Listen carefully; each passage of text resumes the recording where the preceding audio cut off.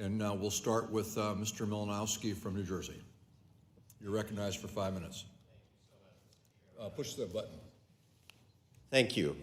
I'm here today on behalf of the 7th District of New Jersey to urge reinstating the full state and local tax deduction. I urge you to do it, first of all, as a matter of principle. It has long been accepted in America that we do not tax the same income twice. This was stated in the Federalist Papers in the 1780s. When Congress enacted the first federal income tax during the Civil War, it included the first exemption for state and local taxes. One of your distant predecessors on this committee, Congressman Morrill of Vermont, said at the time, "The orbit of the United States and the states must be different and not conflicting, otherwise we might crush some of the most loyal states in the Union." More immediately, I urge you to restore the SALT deduction because my constituents in New Jersey and many states like it are getting crushed. In my district, 53% of taxpayers took the SALT deduction when it was last available. According to our Society of Certified Public Accountants in New Jersey, more than 63% of their individual and family clients who make under $200,000 a year are seeing a higher federal tax bill under the new cap. Over the past few months, I've held a roundtable on SALT in every county in my district. In Westfield, New Jersey, where the average property tax is over $15,000, I met an 82-year-old man who owed $4,000 more in federal taxes this year. For someone on a fixed income, that is devastating. Some experts say that the loss of SALT deductions hurts mostly higher income people in states that can afford to take the hit. That argument ignores several inconvenient facts. First, the states hardest hit are already disadvantaged when it comes to our tax and spending decisions. New Jersey gets 74 cents back from the federal government for every dollar we send to Washington. The average American gets $1.10 back because of the federal deficit. Think about that. From the standpoint of taxpayers in New Jersey, the federal government is running a massive surplus.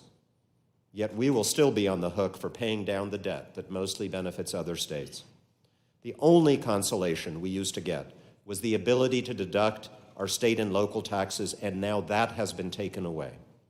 The second inconvenient fact is that in states like mine, it is middle-income homeowners who are suffering most from the loss of SALT. Higher-income people got plenty of other benefits from the 2017 tax bill to compensate. And where did the extra money that these middle-class taxpayers owe go? What are we getting for this? In part, we're getting an effective corporate tax rate in America that has fallen to around 12%. That's what we're enabling, with corporations spending most of their windfall not on capital investment, not on creating jobs, but on buying back their shares on Wall Street.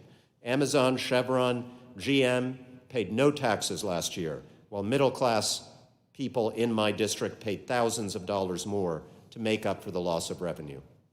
The final inconvenient fact takes us back to the reason why we long prohibited double taxation. Think about what state and local taxes support. In New Jersey, they mostly support education for our kids. We make these contributions to ensure that every child in our community has an equal chance to succeed. And now those contributions are being taxed. Everybody gets hurt by that, not just the taxpayers. And on top of that, because the SALT cap means fewer people will itemize deductions, there will be less of an incentive to give to charity. We have not begun to see the impact that will have on social services in our communities, but it will be profound. Earlier this year, I worked with Congressman Pascrell and Senator Menendez to introduce bipartisan, bicameral legislation, the Stop Attacking Local Taxpayers Act of 2019. The legislation will fully remove the SALT cap and offset costs by restoring the top marginal rate to where it was prior to the 2017 tax bill. Mr. Chairman, my constituents have been coming to me asking when we will be holding a vote to fix this injustice. I implore the committee to bring the SALT Act to the floor to fully restore our SALT deduction and provide relief to taxpayers in my district and across the country. Thank you so much. Thank the gentleman.